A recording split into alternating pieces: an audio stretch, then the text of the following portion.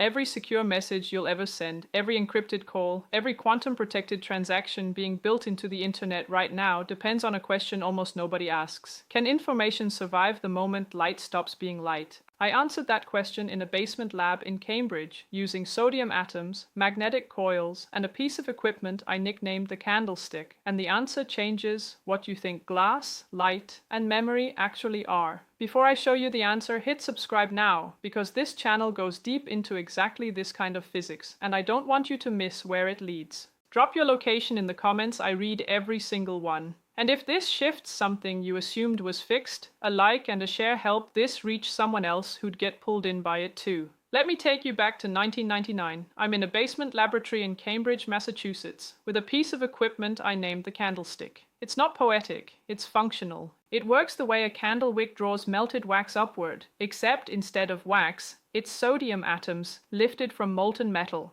And instead of heat, it's laser beams. Those atoms travel up into a magnetic trap where I cool them using photons fired from every direction. Each photon that hits an atom delivers a tiny kick of momentum, slowing it down. Cool them enough and the temperature drops. We needed to drop it to 50 billionths of a degree above absolute zero. That is not a temperature that exists anywhere naturally in the observable universe. The cosmic microwave background, the coldest thing most of us can imagine, sits at 2.7 Kelvin. What we were creating was 50 million times colder than that. We were making the coldest matter on Earth, possibly the coldest matter anywhere, using lasers and magnetic coils and a household-inspired apparatus in a basement. When those sodium atoms reached that impossible temperature, something happened that I had spent years preparing for and still wasn't ready to see in the data. The atoms stopped being separate particles. Their quantum wave functions overlapped completely, and when quantum wave functions overlap completely, you no longer have distinct particles. You have one wave function describing millions of atoms simultaneously. That's a Bose-Einstein condensate. Albert Einstein predicted this mathematically in 1924. We didn't make one in a laboratory until 1994. The gap wasn't theoretical. The gap was that nobody had built the apparatus. I built that apparatus. In 1999, I sent light into it, not ordinary light. I used something called electromagnetically induced transparency. I fired two laser beams simultaneously. The first laser, the coupling beam, I tuned to a specific atomic transition. It prepared the atoms in a quantum superposition, partly in one energy state, partly in another. That superposition made the atoms invisible to the second laser. Normally, sodium is opaque to the wavelengths I was using. Shine a probe laser at sodium atoms and they absorb it immediately. You get nothing.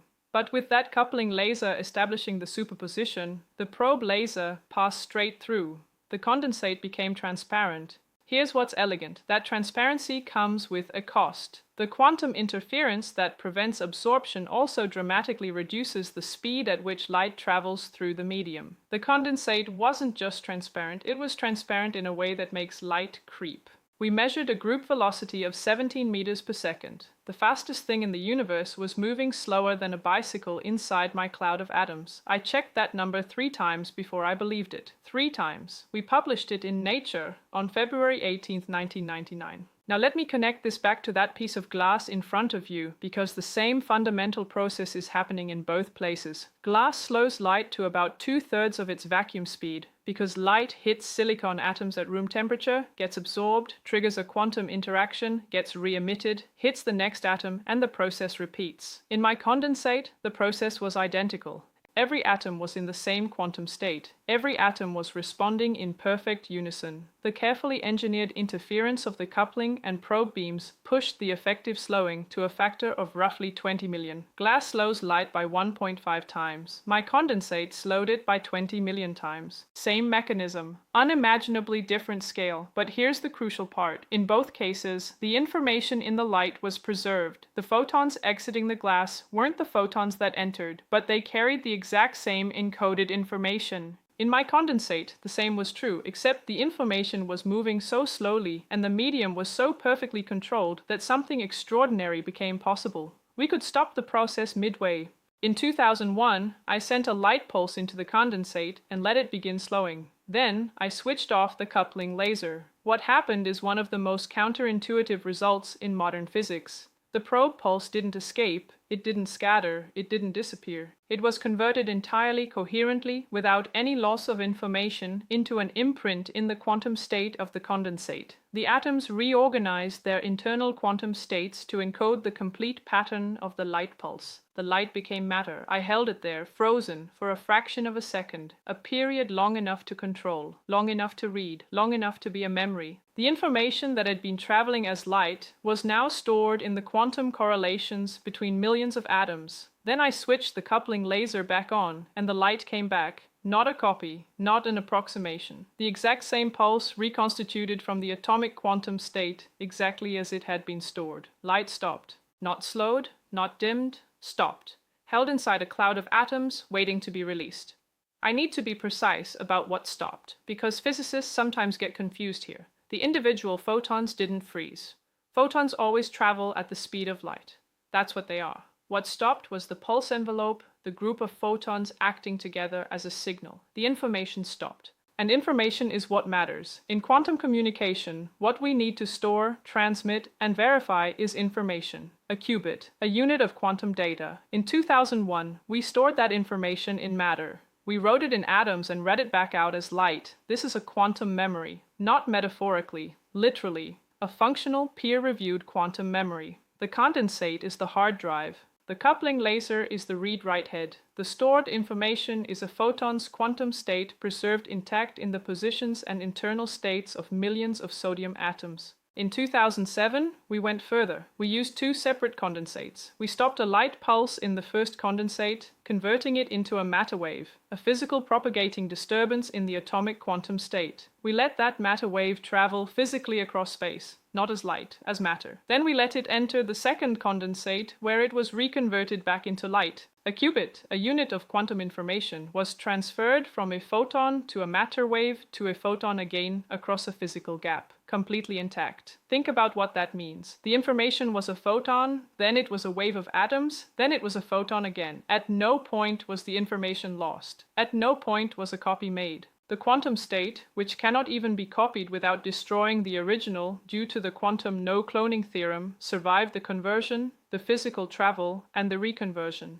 The 2007 result is foundational for quantum repeaters. Here's the problem with quantum communication that nobody talks about in popular science. You cannot amplify a quantum signal. Classical internet signals get boosted by repeaters. They arrive at a station, get read, get retransmitted at full strength. You can do this indefinitely. With quantum signals, you cannot. Reading the signal collapses its quantum state. You cannot copy it. The signal degrades with distance in a way classical signals do not. The maximum range of direct quantum communication over fiber is roughly a few hundred kilometers before the signal becomes unusable. The solution is quantum repeaters. Stations along the line that store the quantum state wait for both ends of the channel to be ready and then teleport the information forward without reading it in a way that would collapse its state. For quantum repeaters to work, you need a quantum memory, a place where a qubit can be stored in matter, held, and then released as light. My condensate experiments are the direct experimental ancestor of that technology, not the inspiration, the proof of principle.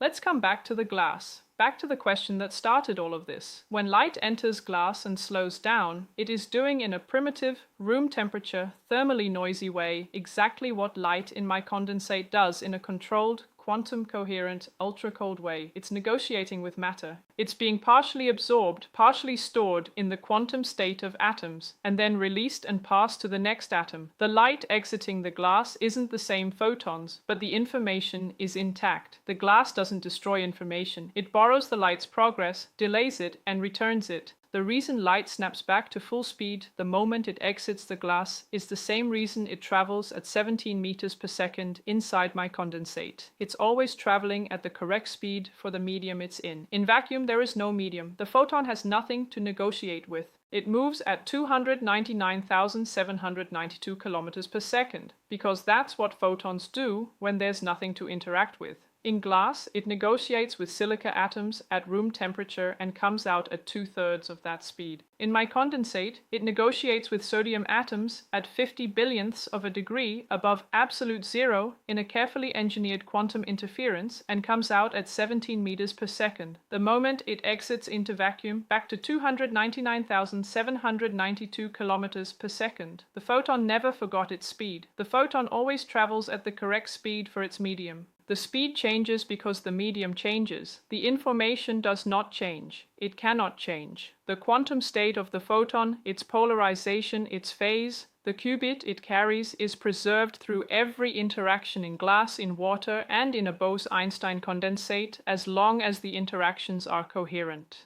Here's something I don't normally say in print because it's speculative, but I think the evidence supports it and you deserve the full picture. The light reaching your eyes from this screen right now has passed through glass, through air, through camera lenses, through optical fiber, through more glass, through the liquid crystal layer of the display itself. At every interface, it slowed down. At every interface, it was absorbed, quantum mechanically processed, and re-emitted. The photons hitting your retina are not the photons that left the light source. They are the 1000th generation re-emission of a cascade of light-matter interactions stretching back to an LED or a laser diode somewhere in your device's backlight. And yet the information they carry is the same.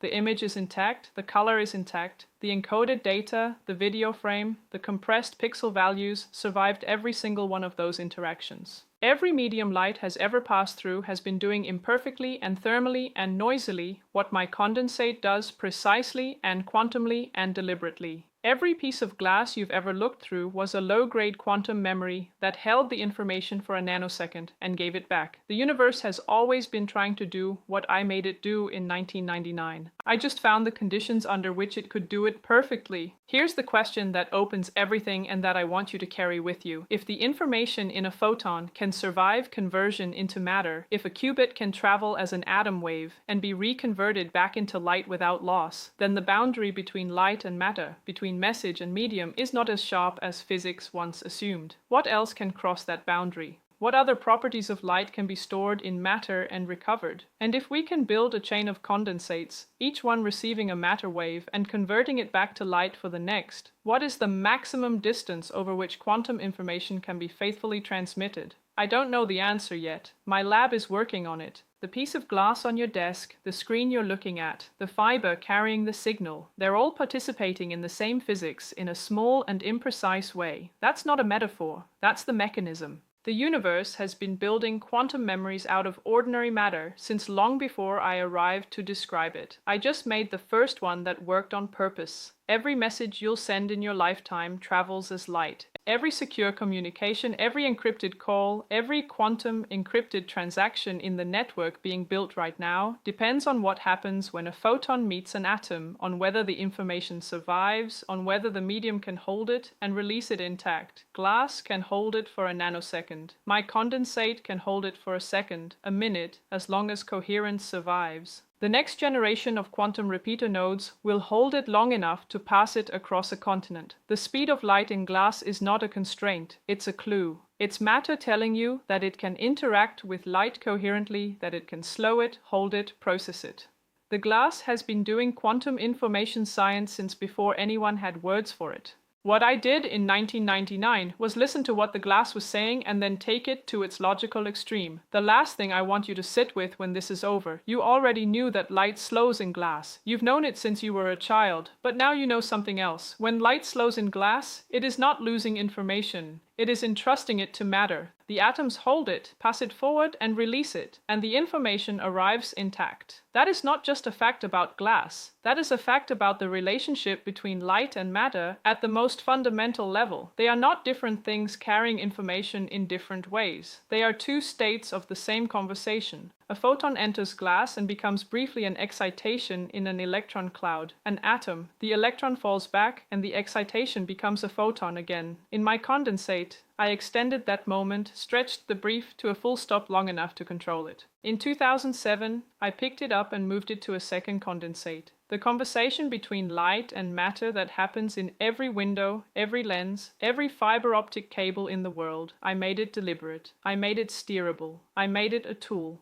And the question sitting underneath everything I've told you, the question that's not answered by any of this, the question I think about every morning when I walk into my lab at Harvard is simply this: what else can matter remember?